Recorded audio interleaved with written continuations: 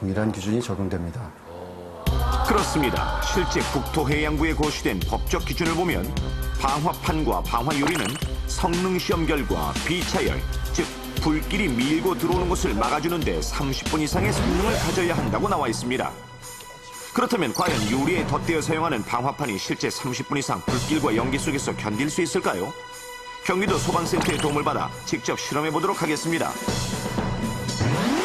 먼저 실제 아파트 발코니 창 높이와 비슷한 2m의 일반 유리를 바닥에서 약 50cm 떨어진 위쪽에 단단히 고정시킨 후 여기에 방화판을 덧대어 떨어지거나 움직이지 않도록 하며 이때 방화판의 높이는 법적 기준에 따라 바닥판 두께를 포함해 90cm가 되도록 합니다. 만약의 상황에 대비해 실험 장소 한쪽에 소화 장비를 비치하고 실험 전 유리창 주변의 온도를 측정하는데 현재 온도는 16.2도. 자, 그럼 이제 실험을 시작합니다. 방화판 아래쪽에서 시작해 순식간에 위쪽으로 방향을 잡는 불길. 3분 만에 온도가 336도로 급격히 상승하더니 몇 분 지나지 않아 440도를 넘어서고 그렇게 점점 활활 타오르며 방화판에 불길이 닿기 시작하는데 10분 후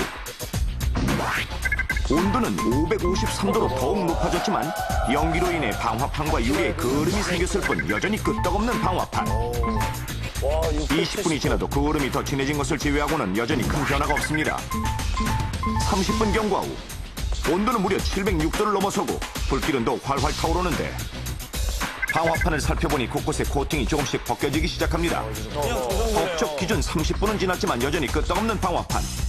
자, 그럼 방화판이 불길 속에서 얼마나 더 버티는지 좀 더 지켜볼까요? 실험 시작 50분이 지나자 코팅이 벗겨진 부위가 점점 넓어지는데 하지만 여전히 부서지거나 깨지지 않는 방화판.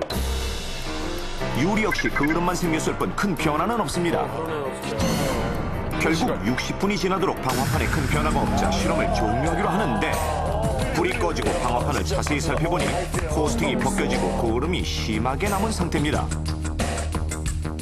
이번에는 방화판의 뒤쪽에서 살펴보자 앞에서는 볼 수 없었던 균열이 곳곳에 발견되는데 실험이 계속됐다면 결국 방화판도 부서지고 말았을 겁니다. 이번에는 방화판을 설치하지 않았을 경우를 가정해 보통 유리 아래에 임의로 화재를 일으켜보는데 역시 위쪽으로 향하는 불길. 실험 시작 40초 만에 균열이 가기 시작하는 일반 유리. 순식간에 붙네요. 쩍쩍인데요, 쩍쩍.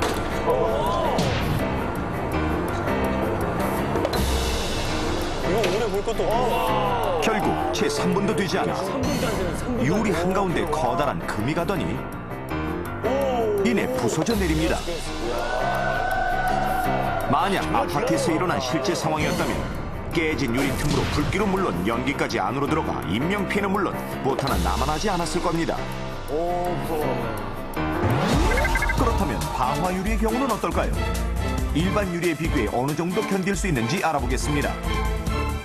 실제 넘버원에서 일반 유리와 방화유리를 화재에 노출시켜 비교 실험을 해봤습니다. 자, 점화 버튼을 누르고 실내 세트에 있는 땔감에 불을 붙여 실험을 시작합니다. 순식간에 불이 타오르는 세트. 왼쪽은 방화유리, 오른쪽은 일반 유리. 아직까지는 일반 유리와 방화유리 둘 다 아무런 변화가 없습니다.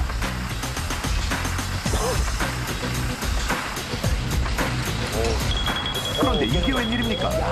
실험을 시작한 지 48초 만에 금이 간 일반 유리. 1분을 못 버티는군요. 유리 파편이 튀면서 순식간에 흔적도 없이 사라져버리고 깨진 틈 사이로 검은 연기가 뿜어져 나옵니다. 반면 방화유리는 아무런 변화가 없습니다. 꺼질 줄 모르는 불길 속에서 실험은 계속되고 36분이 지나도록 여전히 끄떡없는 방화유리. 37분을 넘어서자 놀라운 광경이 펼쳐집니다. 조금 전 날카로운 파편이 떨어지던 일반 유리와 달리 방화유리는 부드럽게 녹아내려 파편에 의한 피해를 최소화한 것. 이렇게 확장된 발코니에 방화판과 방화유리를 설치하면 적어도 30분 이상 불길과 연기를 막을 수 있는데 시간 동안 다른 경로를 통해 대피하거나 대피하지 못하더라도 소방서에서 화재 신고를 받고 현장에 도착하기까지 걸리는 시간은 평균 10분 내외이므로 30분의 여유 시간은 매우 유용하다고 할 수 있습니다.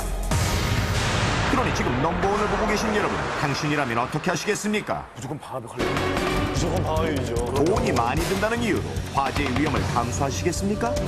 아니면 화재로부터 당신과 당신의 이웃을 지키시겠습니까? 그렇다면 아파트에서 실제로 화재가 났을 때 살아남기 위해서는 어떻게 행동해야 할까요? 그 방법을 지금부터 알려드리겠습니다. 이거 잘 받아야 됩니다. 대피율이요. 첫 번째, 당황하지 말고 우선 119에 신고한 후 가능한 한 빨리 주변 사람들에게 화재 사실을 알려야 합니다. 고층 아파트의 경우 문으로 나갈 수 없다면 옆집으로 이어진 세대 간 경량 칸막이를 이용해 대피하는데 이것은 망치 등으로 치면 부서지므로 빠르게 빠져나갈 수 있습니다. 혹시 발코니 창밖으로 연기가 올라온다면 아래층에서 불이 난 것으로 의심할 수 있고 불길과 연기가 위로 올라올 수 있으니 절대 창문을 열고 내다보지 마십시오. 저것도 되게 보고 싶잖아요. 두 번째, 대피 시 손수건이나 수건 등에 물을 적셔서 입과 코를 막은 뒤 가능하면 낮은 자세로 피하며 저 연기는 위로 올라가니까요. 세 번째, 현관문을 통해 바깥으로 나갈 때 무작정 문을 열지 말고 먼저 손등으로 손잡이를 만져서 뜨거운지 확인해야 하는데 저거 맞아요. 밖에서 불이 날 수 있었습니다. 만약 뜨겁다면 불길이 문 앞까지 번져 문을 열었을 때 불길이 안쪽으로 들어오는 백드래프트 현상이 발생할 수 있으니 문 사이를 옷등으로 막아주고 집안에서 구조대를 기다리는 것이 더 안전합니다.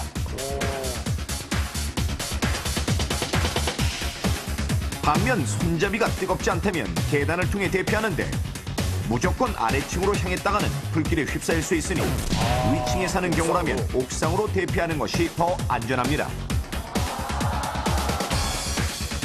네 번째, 화재가 났을 때 갑작스런 정전으로 정지할 수 있으니 엘리베이터를 타는 것은 매우 위험한 행동입니다. 내려가는 방법이 진짜 이때는 없네요. 반드시 계단을 이용하시기 바랍니다. 안전조항을 지키지 않은 사소한 실수 하나가 당신은 물론 이웃까지 불행하게 만드는 재앙의 불씨가 될 수 있다는 사실 잊지 마십시오.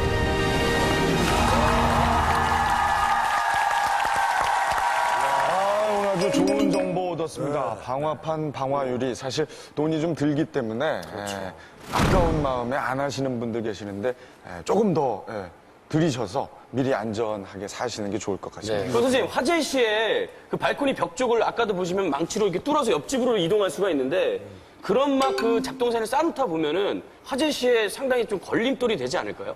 맞습니다.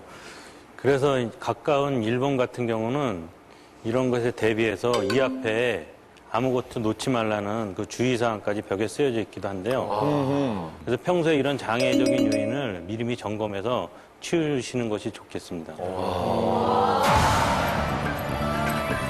현대인들이 휴식을 취하는 집,